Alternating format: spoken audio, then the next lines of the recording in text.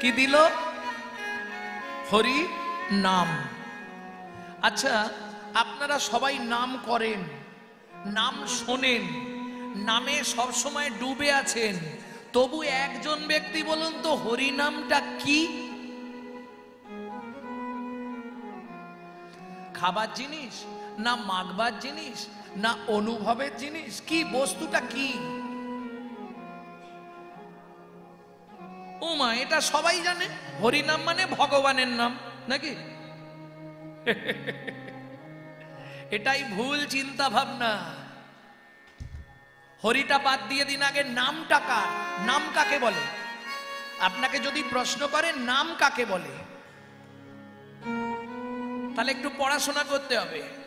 লোম, লোম ধাতুর প্রত্যয় হচ্ছে নাম, বুঝে নিন ভালো করে।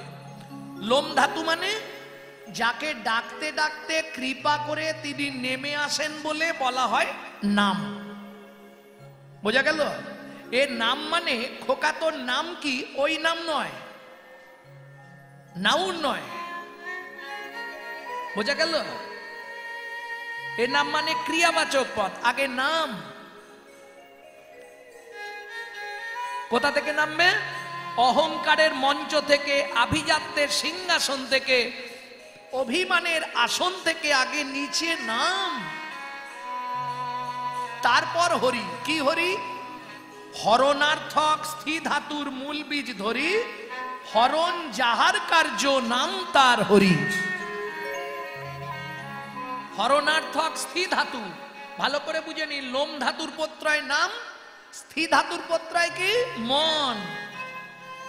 পৃথিবীতে আপনার শরীরের পায়ের নখ থেকে মাথার চুল, যেখানে যে রোগ হবে সব রোগের ওষুধ পাবেন। শুধু একটা রোগের ওষুধ অল ওয়ার্ল্ডে কোথাও কোনো দোকানদারের কাছে নাই, পাওয়া যাবে? সেখানে যদি একবার যন্ত্রণা শুরু হয়, ও জীবনে কোথাও ওষুধ মিলবে না। কোথায়? যদি হয় মনের যন্ত্রণা, ত্রিভুবন ঘুরলে কোথাও ওষুধ পাবে। হরি বল। এইবার বুঝে নিন, স্থি ধাতুর প্রত্যয় কি? মন। মনকে স্থিতিশীল করা যায় একমাত্র নামের দ্বারা। আর তুমি যতই ভজন করো, যদি মনকে না বাঁধতে পারো, তাহলে তোমার ভজন বৃথা। কেন? মনকে বাঁধো রাগের বাঁধনে, মনকে বাঁধো রাগের বাঁধনে, তবে তো ভজন হবে, তবে তো ভজন হবে। মনকে যেদিন বাঁধতে পারবে বাজি মাত হয়ে যাবে। মনকে যেদিনে বাঁধতে পারবে বাজি মাত হয়ে যাবে। মনকে যদি বেঁধে দিতে পারো, তাহলে তুমি উদ্ধার হয়ে গেলে। মনটাকে আগে বেঁধে দিতে হবে। কি?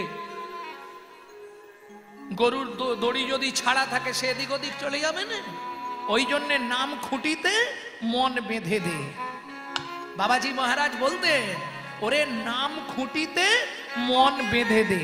দেখবে আমরা যেমন কারো সঙ্গে দেখা হলে আগে খবর নি, আরে বাড়ির সব কেমন আছে, তো ছেলে কেমন আছে, মেয়ে কেমন, এইসব জিজ্ঞেস করি না। বাবাজি মহারাজ কাউকে দেখলেই একটাই কথা জিজ্ঞেস করতেন, নাম চলছে তো? নাম চলছে তো? আর কোনো কথা নেই, একটাই জিজ্ঞাসা, নাম চলছে তো? কেন? তিনি জানেন নাম যার চলছে তার মন বাঁধা পড়ে গেছে। আর নাম রূপ খুঁটিতে যে একবার মনকে বাঁধতে পেরেছে, তার এ জন্মে যদি নাও হয়, পরজন্মে হলেও তার কৃষ্ণ কৃপা হবেই হবে। তাই গৌর হরি বল।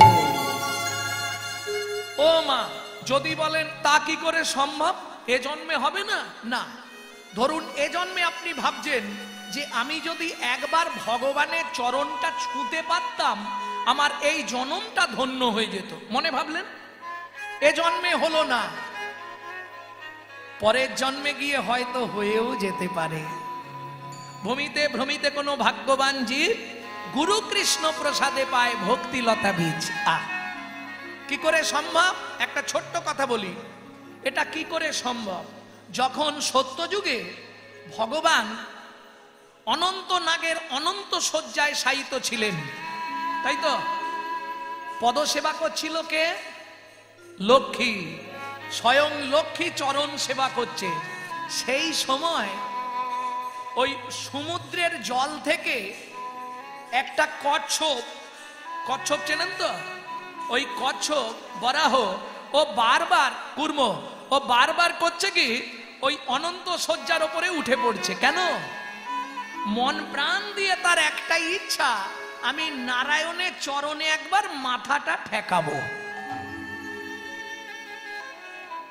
যার চরণ পরশে নাকি সবকিছু হয়ে যায়, যার চরণ স্পর্শ লাগলে পৃথিবীর সব পাপ চলে যায়, তার চরণে একবার যদি মাথাটা ঠেকি দিতে পারি, তাহলে কোন পাপের জন্য আমার আজকে এই জন্ম, এই জন্মটা থেকে আমি উদ্ধার হয়ে যাব। তাই গৌর হরিব। এই কচ্ছপটা বারবার নারায়ণের ওই অনন্ত শয্যার ওপর উঠে পড়ছে। এই বারবার উঠতে উঠতে উঠতে উঠতে মা লক্ষ্মী দেখে ফেলেছে যে ওই অত বড় পোকাটা উঠে আসছে, নিশ্চয়ই আমার প্রভুর চরণে আঘাত করবে। যে চরণে তুলসী চন্দন দিতে ব্যথা পায়, সেই চরণে যদি আঘাত করে প্রভুর কত না আঘাত লাগবে। কিন্তু কচ্ছপটা তো মন প্রাণ দিয়ে নারায়ণকে জানাচ্ছে, প্রভু জীবনের একটাই ইচ্ছা, একবার তোমার ওই চরণে আমার এই মাথাটা ঠেকাবো, আমি আর কিচ্ছু চাইবো না। যেই ঠেকাতে যাবে অমনি উঠে এসে মা লক্ষ্মী কচ্ছপটাকে ধরে দূর জলে ফেলে দিল। চিত হয়ে পড়ে গেল কচ্ছপটা। সমুদ্রের নোনা জলে চোখ নাক মুখ ভর্তি হয়ে গেল। যখন ডুবে যাচ্ছে সমুদ্রের জলে, তখনও বলে যাচ্ছে, ভগবান এ জন্মে তো আশা পূর্ণ করলে না, কোনো একটা জন্মে গিয়ে আমার এই আশাটুকু পূর্ণ করো। ভগবান মনে মনে বলছে, কচ্ছপ তুই দুঃখ করিস না, আগত রাম অবতারে আমি যখন রামচন্দ্র হব, তুই হবি কিবট অর্থাৎ মাধব মাঝি, আমি তোর নৌকায় পার হয়ে তোকে কৃপা করব। তাই গৌর হরিব।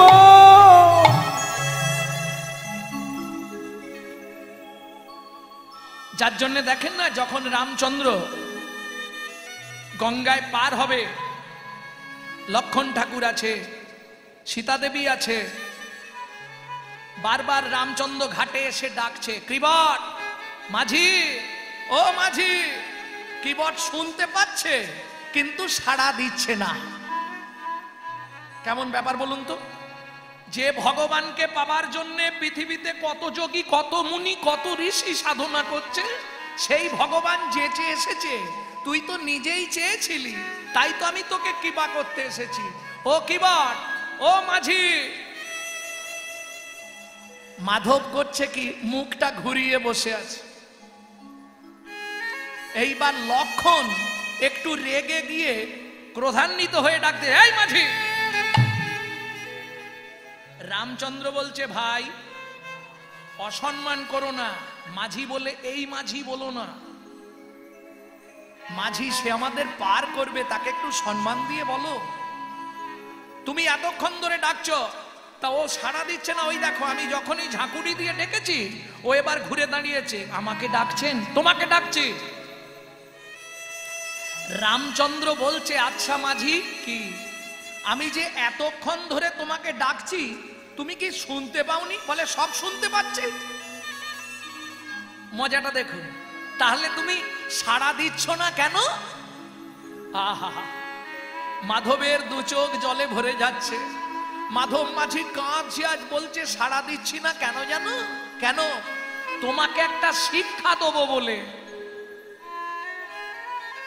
ভগবান বলে, আমাকে শিক্ষা দেবে? হ্যাঁ, তোমাকে শিক্ষা দেবার জন্য আমি সাড়া দিচ্ছি না। বলে, কিরকম শিক্ষা একটু শুনি। ও ভগবান, তুমি ডাকছিলে, আমি সাড়া দিচ্ছিলাম না, তোমার মনটা কেমন হচ্ছিল? সারা পৃথিবীর মানুষ যেদিন তোমার ঘাটে যাবে, ভব সিন্ধু পারের ঘাটে, তারা বারবার গিয়ে তোমায় ডাকবে, তুমি যদি সাড়া না দাও তাদের মনটা তখন কেমন করে সেটা বোঝাবার জন্য আমি ইচ্ছা করে সাড়া দিইনি। ভগবান বলছে মাধব রে, সত্যি তোর কাছে অনেক কিছু শেখার আছে, তা আমাকে একটু পার করে দে। বলে দেখো পার আমি করব, তোমার সঙ্গে তো আমার শত্রুতা নেই, তোমাকে আমি পার করে দেব, তাতে কোনো অসুবিধা নেই, কিন্তু তোমার সারা শরীরের কোথাও আমার কোনো শত্রুতা নেই, তোমার চরণের সঙ্গেও আমার শত্রুতা নেই, কিন্তু চরণের নিচে যে ধুলোটা আছে ওইটার সঙ্গে আমার শত্রুতা। কেন? শুনলাম কদিন আগে তোমার চরণের ধুলো লেগে একটা পাষাণের ভেতর থেকে নাকি নারী হয়ে গেছে। ও ভগবান, যদি আমার নৌকাটাও নারী হয়ে যায়, এমনি ঘরে আমার এক স্ত্রী আছে, আবার যদি একটা স্ত্রী নৌকা হয়ে যায় আমি দুদিক সামলাবো কি করে? অতএব তুমি বললে আমি তোমায় পার করতে পারি, তবে শর্ত আছে। ভগবান বলে আমার সঙ্গেও শর্ত। মাধব মাঝি মনে মনে ভাবছে শর্ত না চাপালে তো হবে না।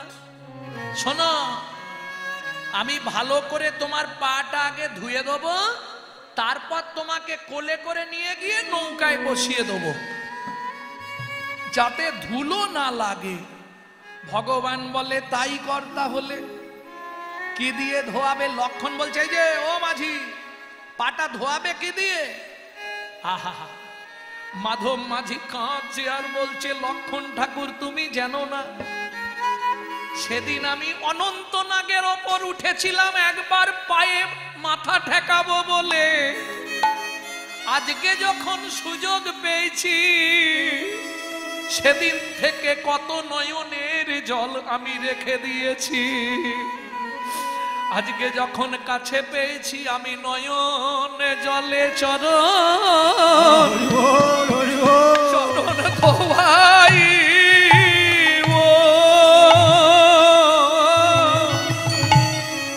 আজ নয়ন জলে চরণ ধোয়াইব।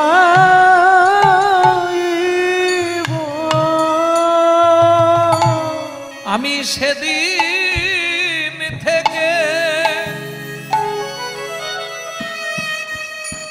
জল রেখে দিয়েছি,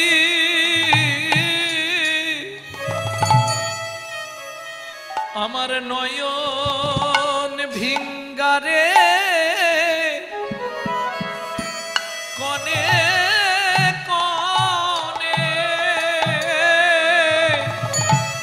আমি সেদিন হতে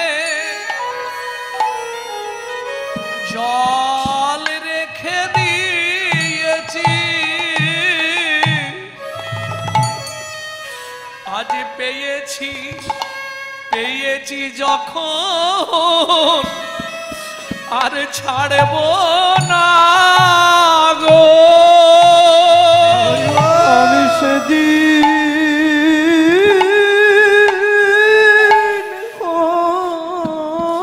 হতে নয়ন ভিঙ্গারে আজ পেয়েছি যখন ছাড়ব না গো। আমার আর জনম হয় কি না হয়, আজ পেয়েছি যখন চরণ ছাড়ব না গো। আমি সেদিন থেকে রেখে দিয়েছি, আজ পেয়েছি যখন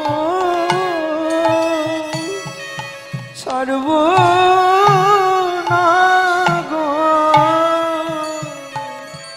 আরে বাজন আমার হয় বানা সেদিন হতে জলে রেখে দিয়েছি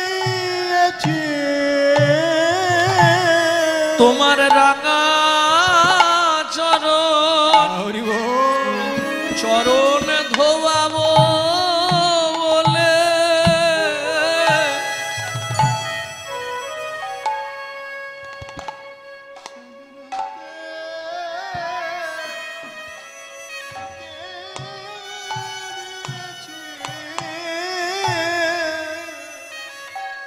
রামচন্দ্র বলছে, ও মাধব, সেদিন মানে কোন দিন রে? ও তুমি বুঝবে না, তোমার মনে আছে? ঠিক আছে, নে তুই চরণটা ধুইয়ে দে। আহা! কেবট ভগবান রামচন্দ্রের চরণ দুটো রামচন্দ্রকে বসিয়েছে। এইবার চরণ দুটো হাতের ওপর তুলে নিয়ে চোখ থেকে টপ টপ করে জল পড়ছে, আর রামচন্দ্রের চরণটা ধুইয়ে দিচ্ছে। রামচন্দ্র বলছে, ও মাধব, হ্যাঁ রে, তোর কষ্ট হচ্ছে না?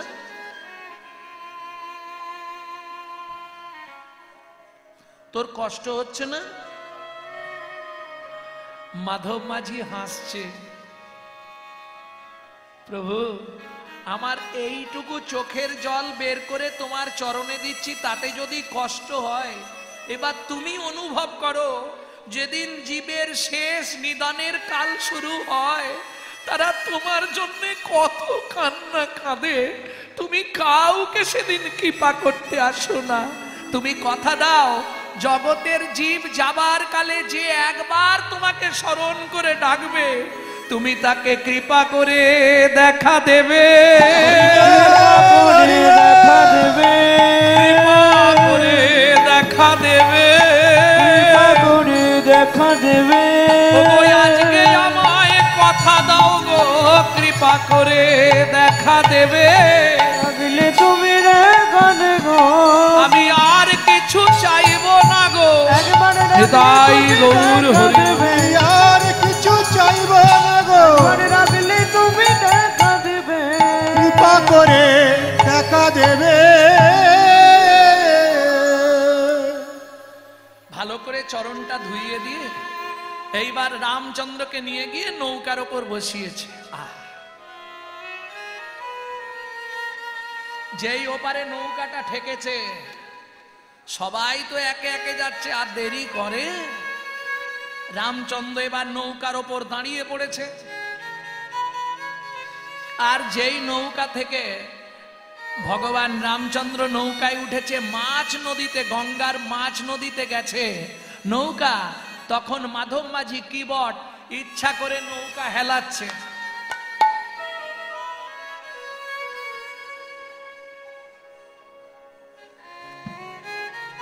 রামচন্দ্র বলছে, ও মাধব, কিবট, এটা আবার কি হচ্ছে? বলে, প্রভু, এটাও তোমাকে শিক্ষা দেবার জন্যে।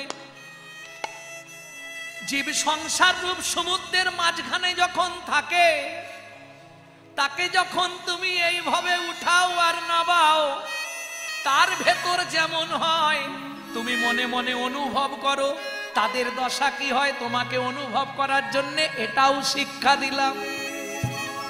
রামচন্দ্র বলে, মাধব রে, সত্যি তুই ভালো শিক্ষক, অনেক কিছু আজকে শিখে গেলাম, চল এবার পারে ঘাটে ঠেকা।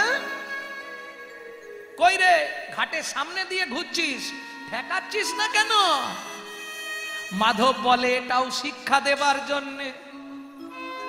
বারবার নিয়ে যাও আর সরিয়ে নাও, নিয়ে যাও আর সরিয়ে নাও, ঘাটে ঠেকাও না ইচ্ছা করে তুমি। এবার তুমি ভাবো, ঘাটে না তড়ি ঠেকালে জীবের কি দশা হয়। এটা কি শিক্ষা দিলাম জানো প্রভু? তোমার চরণে আমার একটা অনুরোধ রইল, আমার যেদিন নিদান কাল হবে, তুমি কৃপা করে ঘাটে ঠেকিয়ে দিও, কৃপা করে ঘাটে ঠেকিয়ে দিও, কৃপা করে ঘাটে ঠেকিয়ে দিও, কৃপা করে ঘাটে ঠেকিয়ে দিও। বলে আমারে প্রাণ যাবার কালে কৃপা করে ধারে ঠেকিয়ে ঠেকিয়ে দিও। আমার প্রাণ যাবার কালে আমি আর কিছু চাইব না গো, ওগো আমার প্রাণ যাবার কালে, আর কিছু চাইব না গো, ওগো আমার প্রাণ যাবার কালে কৃপা করে ধারে ঠেকিয়ে দিও। ও মা, যেই রামচন্দ্র নেমে গেলেন সঙ্গে সঙ্গে নৌকার মধ্যে দাউ দাউ করে আগুন জ্বলে গেল। আগুন জ্বলে যায়নি, হয়েছে কি জানেন তো, নৌকাটা আগুনের মতো ঝলমল করে উঠল, কাঠের তরিটা সোনার হয়ে গেল। আর দেরি করেনি, খানিকটা চলে গেছিল ভগবান রামচন্দ্র লক্ষণকে আর সীতা দেবীকে নিয়ে। মাধব মাঝি আর দেরি করলো না, ছুটতে ছুটতে গিয়ে প্রভুর চরণে আছাড় খেয়ে পড়ল। রামচন্দ্র বললে, কিরে মাধব? ও মা, আমি তো পার হয়ে গেলাম বিনা পয়সায়, তোকে তো করি দিইনি। মাধব মাঝি বলছে, বিনা পয়সায় পার করলাম কেন জানো? যেদিন তোমার ঘাটে যাব, শোনো, কোনো গাড়ি যদি রাস্তায় চলতে চলতে খারাপ হয়ে যায়, ড্রাইভার যদি অন্য কোনো গাড়ি ধরে কোথাও যায়, সেই ড্রাইভারের কাছ থেকে ড্রাইভার পয়সা নেয় না। তুমিও মাঝি আমিও মাঝি, তোমাকে পার করে দিলাম কেন? পয়সা নেবো আমি? আমি যেদিন সেই ঘাটে যাব, তুমিও আমায় বিনা পয়সায় একবার পার করে দিও। ভগবান বলে, তা না হয় দেবো, তাহলে নৌকাটা সোনার করলে কেন? মাধব, তোর বড় কষ্ট, তাই তোকে সোনার নৌকা দিয়ে গেলাম, তুই ভাঙবি আর খরচ করে সংসার চালিয়ে নিবি। মাধব মাঝি বলে, তুমি আমাকে অত বোকা পাওনি। দয়াময়, কেউ যদি কাঁচ খুঁজতে খুঁজতে একবার হিরে পেয়ে যায়, কাজ খুঁজতে খুঁজতে একবার হিরে পেয়ে যায়, সে কি আর কোনোদিন কাঁচ খুঁজতে পায়? কাজ খুঁজতে চায়। প্রভু গো, ওই সোনার নৌকা আমার কাছে কাঁচের তুল্য, কিন্তু তোমার দুটো চরণ এ যে হীরের থেকেও মূল্যবান। তাই প্রভু যদি দিতেই হয়, তোমার রাঙা চরণ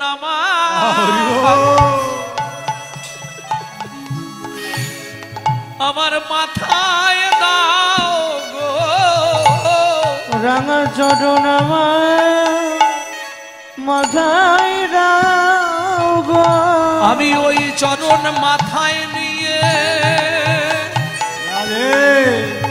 ঘুরে বেড়াবো, তোমার রাঙা চরণ আমার মাথায় দাও গো।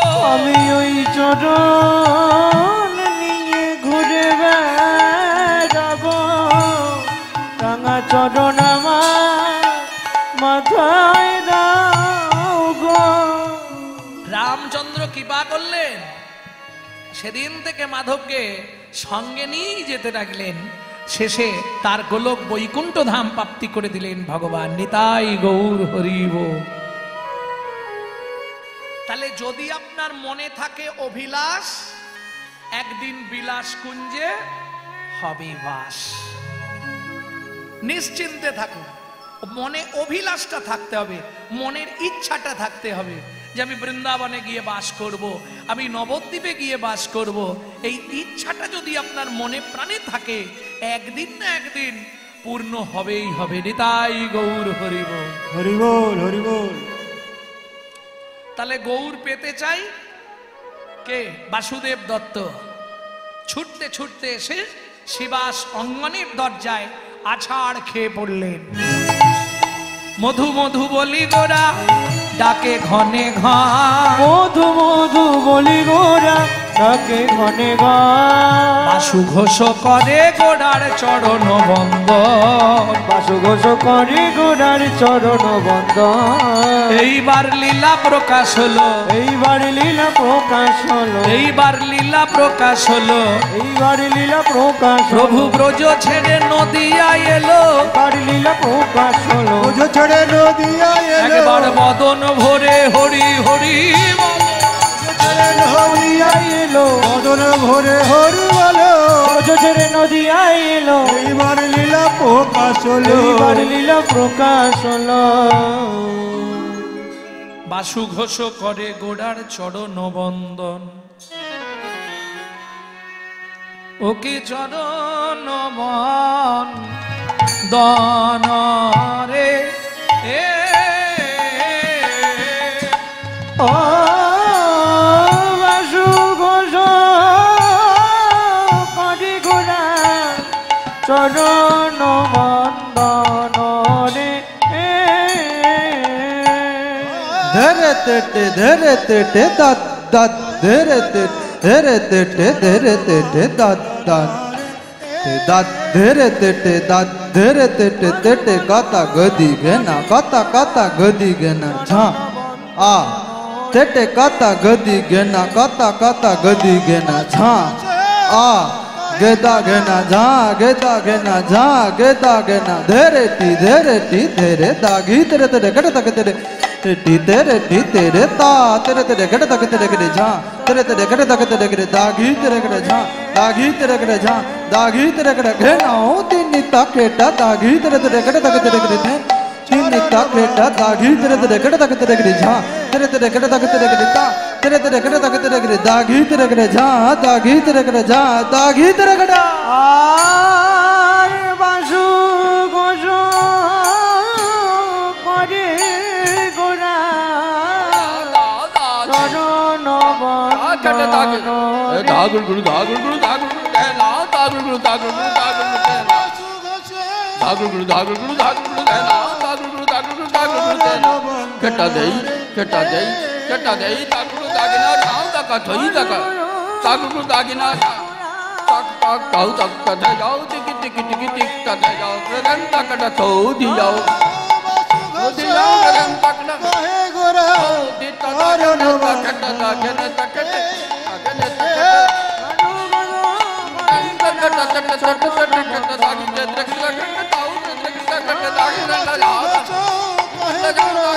আগেনে আর বাসু ঘোষ করে গোড়া চরণ বন্দন রে ও বাসু ঘোষ কহে গোরা চরণ বন্দন রে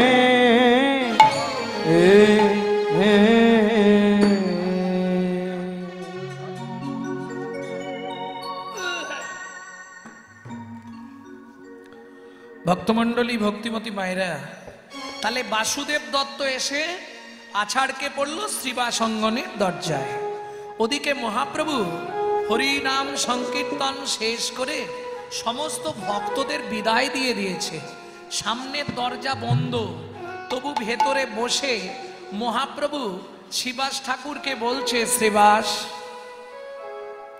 ওকে আমার কাছে এনে দাও প্রভু কেউ তো নেই এখানে তো কেউ নেই কাকে এনে দেব তুমি কাকে ডাকছো তবু শ্রীবাসের মনে হলো একবার দরজাটা খুলে দেখি কেউ আছে কিনা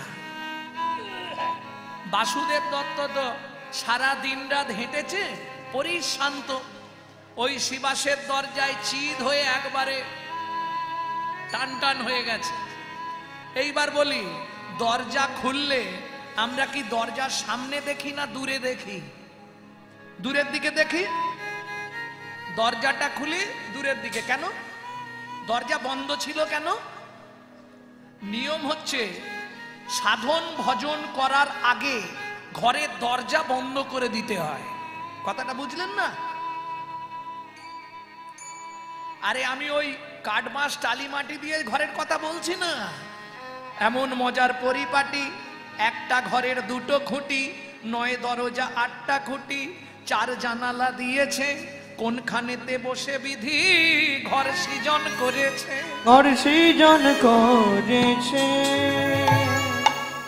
দেখবেন সাধু মুনি ঋষি যোগী মহাত্মা যারা আসন পেতে বসলে সবার আগে ঘরের দরজায় খিল দিয়ে দেয়, দেয় না বাবা? সবার আগে ঘরের দরজাটা বন্ধ করে দিতে হয়, তাই তো? কেন? ঘরের দরজা না বন্ধ করলে তোমার সাধন ভজন কোনোদিন হবে না। বোঝা গেল? সবার প্রথম কাজ হচ্ছে ঘরের দরজাটা বন্ধ করে দিতে হবে। মায়েরা বুঝতে পারছেন কথাটা? সবার আগে আসন পেতে যখনই বসবেন ঘরের দরজায় একদম খিল দিয়ে দিন। ও কেউ ডাকলেও খিল খুলবেন না, তবে ভেতরে সাধন ভজন করতে পারবেন। আর যখনই দরজা খোলা থাকবে ও ছুটে খারাপের দিকে আগে চলে যাবে। যার জন্য মহাজন বলছে ঘর তোর যেমন তেমন হোক, ঘর তোর যেমন তেমন হোক, কিন্তু কপাট বানাবি সেগুন কাঠ দিয়ে। কেন? ঘর তোর পাঁক দিয়ে গাঁথা হোক, কাঠ বাঁশ টালি মাটি দিয়ে তৈরি হোক, তাতে কোনো দুঃখ নেই। কপাট বানাও সেগুনের কপাট, সেগুনের কপাট, কপাট বানাবি সেগুনের কপাট। সেগুনের কপাট, যদি হয় সেগুনের কপাট, কেউ তাকে না করতে পারে নপাট। কেউ বা পড়তে পারে না পাট। যদি বানাতে পারিস বানা সে গুণের কপাট। সেগুনের কপাট। বুঝে নেওয়া গেল? তত্ত্বটা বুঝতে পারলেন তো? একে বলে তত্ত্ব। তত্ত্বটা বুঝতে হবে। সে গুণের কপাট। কোন গুণের কপাট? যে গুণের কথা শুনলেই নয়ন থেকে বাড়ি বরিশিত হয়। কপাট বানাও সেগুনের কপাট, তাহলে কেউ তাকে না করতে পারবে নপাট। খুব সাবধান। এইবার চলুন দরজাটা খুলে শিবাস ঠাকুর প্রথম পাটাই তুলে দিলেন বাসুদেব দত্তের বুকের ওপর। তাও বুঝতে পারেনি। বলছে প্রভু,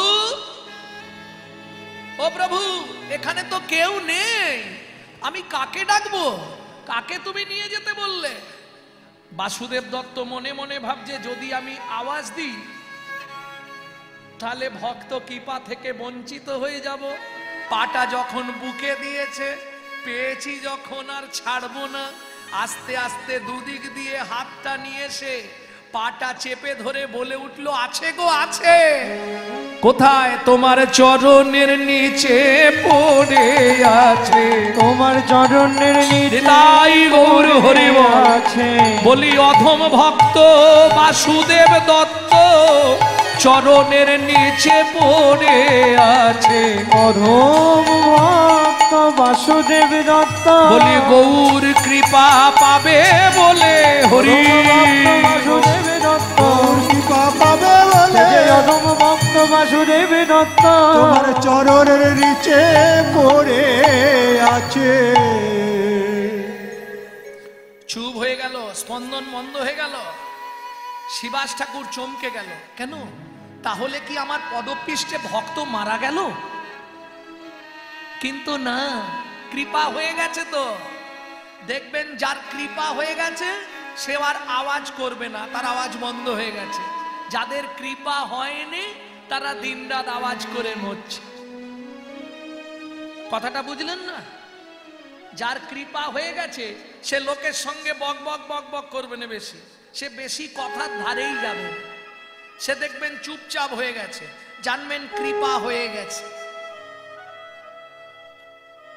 আর যে এখনো কৃপা পায়নি সেই লোক দেখলেই বকর বকর বকর বকর। বুঝে নেওয়া গেল? এই হচ্ছে সাধনের ভক্ত। ভক্তমণ্ডলী, ভক্তিমতী মায়েরা খুব ভালো করে বুঝে নিন। শিবাস ঠাকুর মহাপ্রভুকে গিয়ে বলছে, প্রভু সর্বনাশ হয়ে গেছে। কি হয়েছে? তুমি তো বললে কে আছে, আমি বুঝতে পারিনি। এক ভক্ত শুয়েছিল, তার বুকের ওপর পা দিয়ে আমি দাঁড়িয়ে পড়েছি। ও মা, তারপর দেখছি আর কোনো স্পন্দন নেই। আমার মনে হয় পদপৃষ্ঠে ভক্ত মারা গেছে। মহাপ্রভু মৃদু হেসে বলছে, না না, তুমি গিয়ে দেখো, ও মরবে না শিবাস, ও মরবে না, তুমি গিয়ে দেখো না। শিবাস ঠাকুর নত জানু হয়ে করপুটে কানটা মুখের সামনে নিয়ে গিয়ে শুনছে, ভেতর থেকে বিড়বিড় করে একটা আওয়াজ বেরিয়ে আসছে। কি বেরোচ্ছে? গৌর গৌর গৌর গৌর গৌর গৌর গৌর হে গৌর গৌর গৌর গৌর গৌর হে গৌর গৌর গৌর গৌর গৌর গৌর হে গৌর গৌর গৌর গৌর গৌর গৌর হে গৌর গৌর।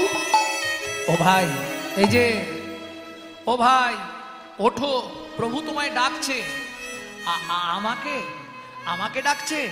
তাড়াতাড়ি করে উঠেছে শিবাস ঠাকুর। এইবার এসে মহাপ্রভুর সামনে মুখোমুখি দাঁড়িয়েছে। আস্তে, এতক্ষণ আপনারা শুনলেন বাসুদেব দত্ত কি বলে বলে এলো রাস্তায়, আমি গৌর পেতে চাই, তাই বলছিল না? গৌরকে হিয়ায় ধরতে চাই বলে বলে এলো। মহাপ্রভুর সামনে দাঁড়িয়ে এইবার কি বলছে দেখুন। প্রভু, তুমি আমায় চিনতে পারছো? মহাপ্রভু বলছে, না গো, তোমায় তো ঠিক চিনতে পারলাম না। এখন চিনবে কি করে? তুমি নদিয়ার চাঁদ হয়ে গেছো, আমাকে আর চিনতে পারবে? সত্যি দয়াময়, আমাকে চিনতে পারছো না? আচ্ছা প্রভু, তোমার সত্যি আমার কথা কিচ্ছু মনে নেই? কিচ্ছু মনে নেই। একটু যদি মনে করে দাও খুব ভালো হয়। প্রভু, মনে করে দিলে তোমার মনে পড়বে। আমি যদি তোমাকে মনে করে দিই, তোমার সেদিনের কথা মনে পড়বে। তুমি আমার চোখের সামনে আমার বাবার পক্ষটা বিতরণ করে দিয়েছিলে। আমি সত্য যুগে তোমার প্রিয় ভক্ত ছিলাম, ভক্ত প্রহ্লাদ।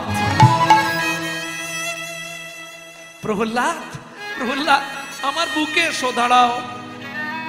তেতা যুগে 14 বছর বনভ্রমণের সময় তুমি যেদিন জলের জন্য কেঁদেছিলে, আমি তোমাকে আমার চোখের জল খাইয়ে তোমার তৃষ্ণা নিবারণ করেছিলাম। সেদিন আমি ছিলাম রাম ভক্ত নরসিংহ। প্রভু, দাপর যুগে 89 বছর তুমি দ্বারকার রাজা ছিলে, আমি ছিলাম দ্বারকার প্রিয় কীর্তন গায়ক মধুব্রত। এইবার মনে পড়েছে? কলিতে আমার পরিচয় বাসুদেব দত্ত। দাও, দ্বারকায় 89 বছর তোমাকে রাধা নাম শুনিয়েছি। তুমি বলেছিলে যেদিন তোর সঙ্গে দেখা হবে সেদিন আমি তোর ঋণ শোধ করে দেব।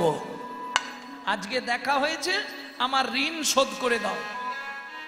আহা, মহাপ্রভু বলছে, বাসু তুই কি নিবি বল, তুই কি পেলে খুশি হবি? বাসুদেব বলে, প্রভু তার আগে আমার মনের একটা প্রশ্ন আছে, তার উত্তর দেবে কি?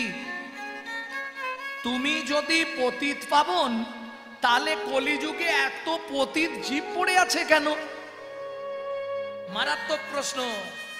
মহাপ্রভুকে বলছে বাসুদেব, তুমি যদি পতিত পাবন, তাহলে কলিযুগে এত পতিত জীব পড়ে আছে কেন?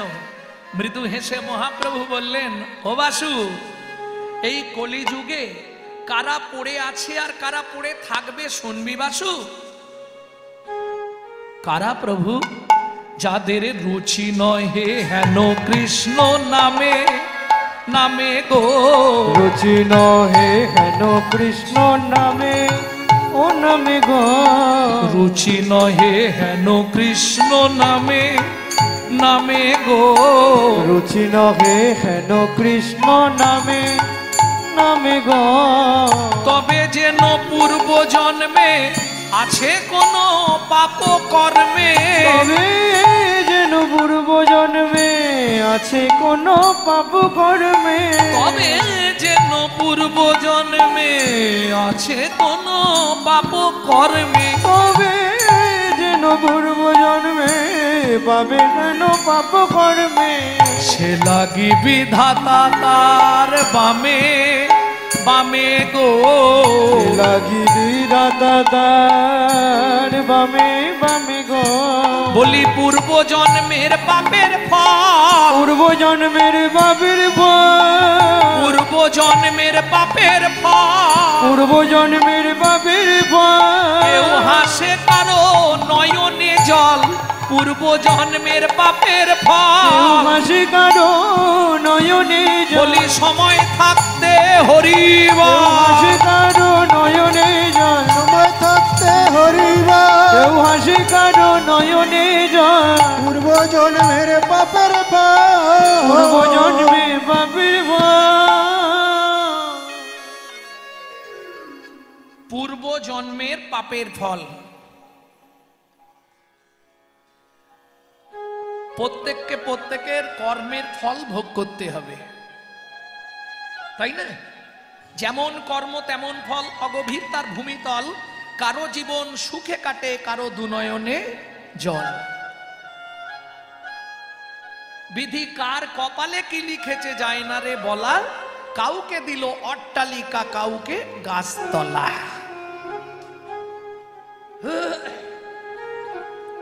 প্রভু কি দেবে তো? নিশ্চয়ই দেবো, বল বাসু কি নিবি? একদম সুদ শুদ্ধ, যা দেনা পাওনা আছে আজকেই মিটিয়ে দাও। তখনও মহাপ্রভু বুঝতে পারছে না যে বাসু কি চাইবে। কলি জগৎ তরাতে তুমি এসেছো ধরাতে, গৌর ভগবান তুমি। ও প্রভু আজকে দিয়ে দাও, কি নিবি বাসু? জীবের যত পাপ আছে হরিবা, দাও মোর মাফে, জীবের যত পাপ আছে, ওরে বাসু কি চাহিলি?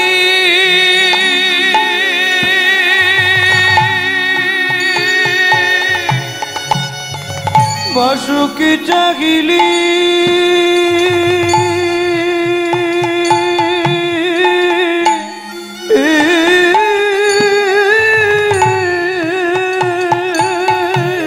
জীবের যত পাপ আছে তাও মোর মাতে, নরকে যাইব আমি প্রভু, নরকে যাইব আমি,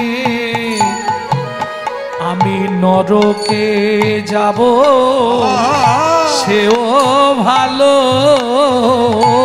আমি নরকেও যাব সেও ভালো, তবু কলির জীবকে উদ্ধার করো, আমি নরকে যাব সেও ভালো, আমি কলির জীবকে উদ্ধার করব, নরকে যাব সেও ভালো, তবু কলির জীবকে উদ্ধার করো, তাদের পাপ নিয়ে দাও আমার মাথায়, কলির জীবকে উদ্ধার করো, তুলে দাও আমার মাথায়, পাপ দিয়ে দাও আমার মাথায়, নরকে যাব সেও ভালো। বাসুদেব দত্তের কথা শুনে মহাপ্রভু কেঁদে ফেললেন। বাসু, পৃথিবীতে এত মানুষ এত কিছু চায়, তোর চাইবার আর কিচ্ছু নেই বাসু? না প্রভু,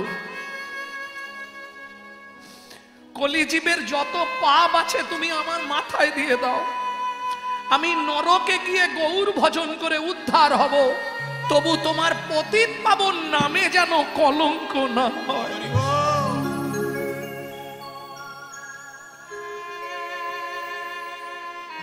স্তম্ভিত হয়ে গেলেন মহাপ্রভু। 89 বছর তুই আমাকে রাধা নাম শুনিয়েছিস, তার বিনিময় তুই এই চাইলি? আমি তো ভেবেছিলাম তুই কি নাই কি চাইবি। বেশ, সমস্ত ভক্তগণ তোমরা সবাই শুনে রাখো, বাসু যখন চেয়েছে ওর ইচ্ছা আমি পূরণ করবই।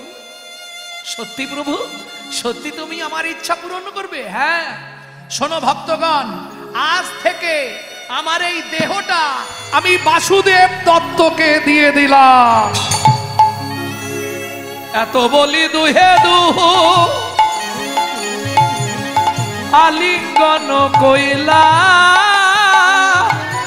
গৌর চরণে পড়ি বাসু কাঁদিতে লাগিলা। গৌর চরণে পড়ি বাসু কাঁদিতে লাগিলা।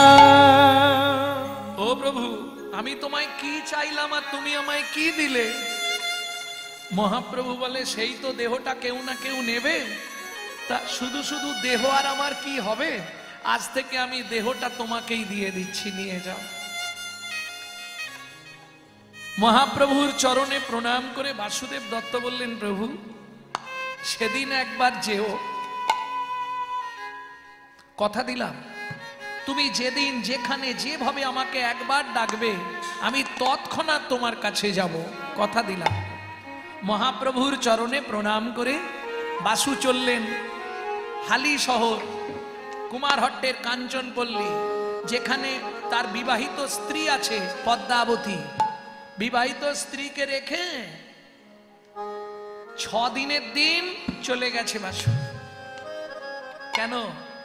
ওই 1, 2, 3 করে 6টা দিন কাটিয়েছে একসঙ্গে, তাও দূরে থেকে, কাছে যায়নি। কেন? 6 দিন এক জায়গায় থেকেও কাছে না গিয়ে তিনি দেখে নিলেন আমার 6টা রিপুকে আমি বশ করতে পারলাম কিনা। প্রথমেই তত্ত্বটা বলেছিলাম মা, যমুনাতে যাবি স্নান করিবি, না ছুবি যমুনার পানি। বাসুদেব প্রমাণ করে নিলেন। তাই বলছে, প্রভু আমাকে অনুমতি দাও, আমি আজকে একবার পদ্মাবতীর কাছে যাই। আহা, প্রণাম করিয়া বাসু গৃহেতে চলিলাম। প্রণাম করিয়া বাসু গৃহেতে চলিলা। গৌর গুণ গাইতে গাইতে উপনীত হইলা। গৌর গুণ গাইতে গাইতে উপনীত হইলা। হাগৌর হাগৌর হাগৌর হাগৌর হাগৌর হাগৌর হাগৌর হাগৌর বাসুর নয়ন জলে পরিপুর। হাগৌর হাগৌর বাসুর নয়ন জলে পড়িব।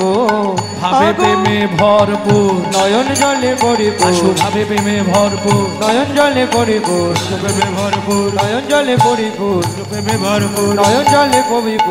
হাগৌর হাগৌর। ও মায়েরা, বিবাহিত স্ত্রীকে নববধূ 6 দিনের দিন ফেলে রেখে কেউ যদি চলে যায়, বেশ কিছুদিন পরে আবার ফিরে আসে বাড়িতে, কেমন হবে? কই গো পদ্মা, ও পদ্মা দরজা খোলো, আমি এসেছি। সে দরজা খুলবে তো? এটা মায়েরা বলতে পারবে।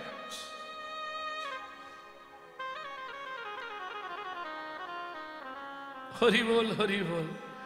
দরজাটা খুলে দিয়েই দেখছে, কি গো সত্যি তুমি একটা মানুষ বাবা, সেই কবে গেছলে আর আজ আসছো, কোথায় ছিলে?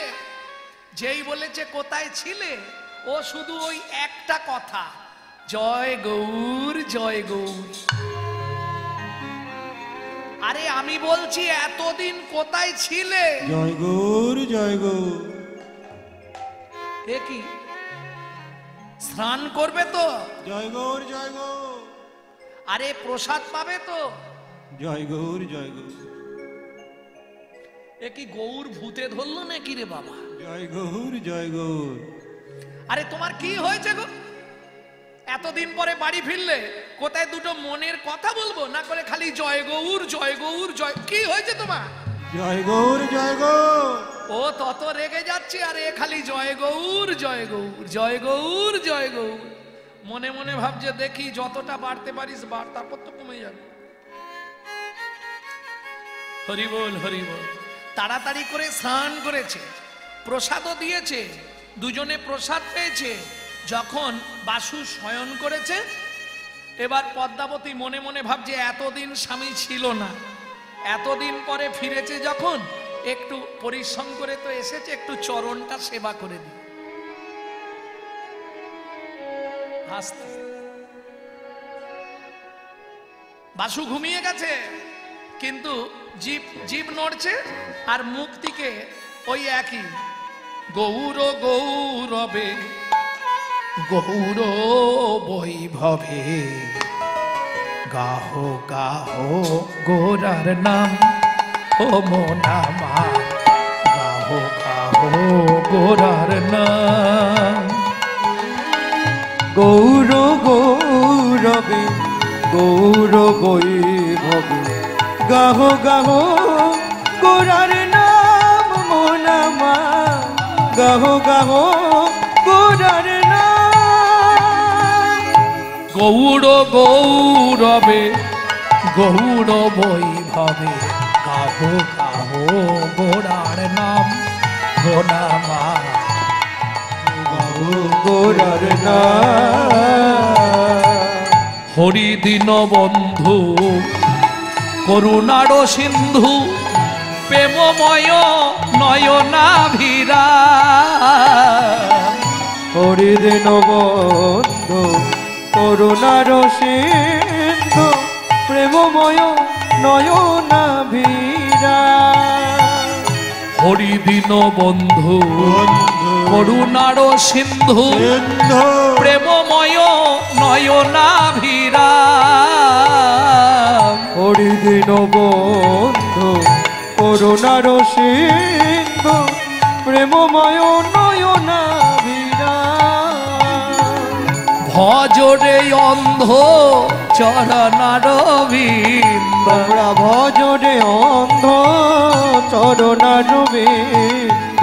ভজরে অন্ধ চরণার বিন্দ ভজরে অন্ধ চরণার বিন্দ। ভজ মন ভজ হই না গাহ গাহ গোরার নাম মোনামা গৌর গৌরবে গৌর বৈভবে গোরার নাম রে মোনাম গাহ গাহ গোরার নাম। স্বামী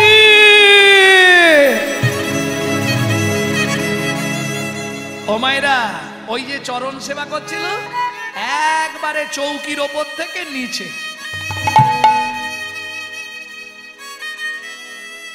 বাসুদেব ভিড় করে উঠেছে, পদ্মা ও পদ্মা যা। এ কি হলো গো? পদ্মা কথা বলছো না কেন? ও পদ্মা কথা বলো, কি হলো তোমার? এই সর্বনাশ, চোখে মুখে জল দিচ্ছে। আর যেই চোখে মুখে জল দিয়েছে, এবার পদ্মাবতী মুখটা আস্তে আস্তে খুলেছে। খুলেই প্রথম আওয়াজ বেরোচ্ছে, কহ না গো স্বামী পুন গৌর কথা। কহ না গো স্বামী কোন গৌর কথা। বলি সে কথা শ্রবণে ঘুচাই মন ব্যথা। সে কথা শ্রবণে ঘুচাই মন ব্যথা। দুটো গৌর কথা বলো, দুটো গৌর কথা বলো। যা শুনলে হৃদয় টলমল গৌর কথা বলো। যা শুনলে হৃদয় টলমল। ওগো দুটি আখি ভরে জল।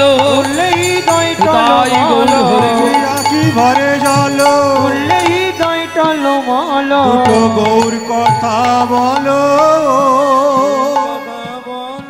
ও মায়েরা, কিছু বুঝলেন?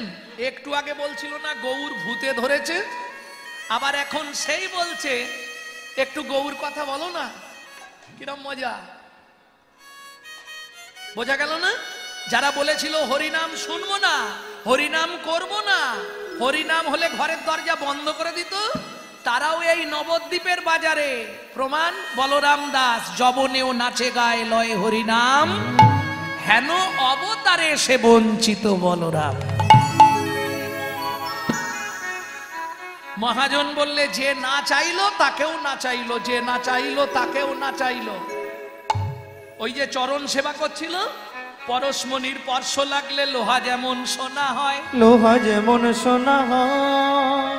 বাসুদেব তো মহাপ্রভুর কৃপা পেয়ে গেছে, পরশমণি তার স্পর্শটা পেয়ে গেছে পদ্মাবতী। আর গৌর কথা ছাড়া শুনবে না, স্বামী স্ত্রী দুজনে সুখের সংসার। তোমাকে একটা কথা আমার বলার ছিল, বলো। স্বামী কি বিয়ের পর থেকে অনেক নারী স্বামীর কাছে অনেক কিছু চায়, আমি তো তোমার কাছে কিচ্ছু চাইনি, আজকে আমি একটা জিনিস চাইবো, আমাকে তুমি দেবে স্বামী? শোনো, যদি আমার কাছে থাকে তোমাকে নিশ্চয়ই দেবো, কিন্তু যদি আমার কাছে না থাকে আমি দেবো কি করে? আমার মনে হয় তুমি দিতে পারবে, বেশ চেষ্টা করব। শোনো, যদি না দিতে পারো তাহলে আমি কিন্তু ওই গঙ্গার জলে ঝাঁপ দিয়ে মরবো। বাসুদেব দত্ত বলে বলতে হবে না। কেন? যদি দিতে না পারি তুমি মরবে, তার থেকে বলারও দরকার নেই, দেওয়ারও দরকার নেই।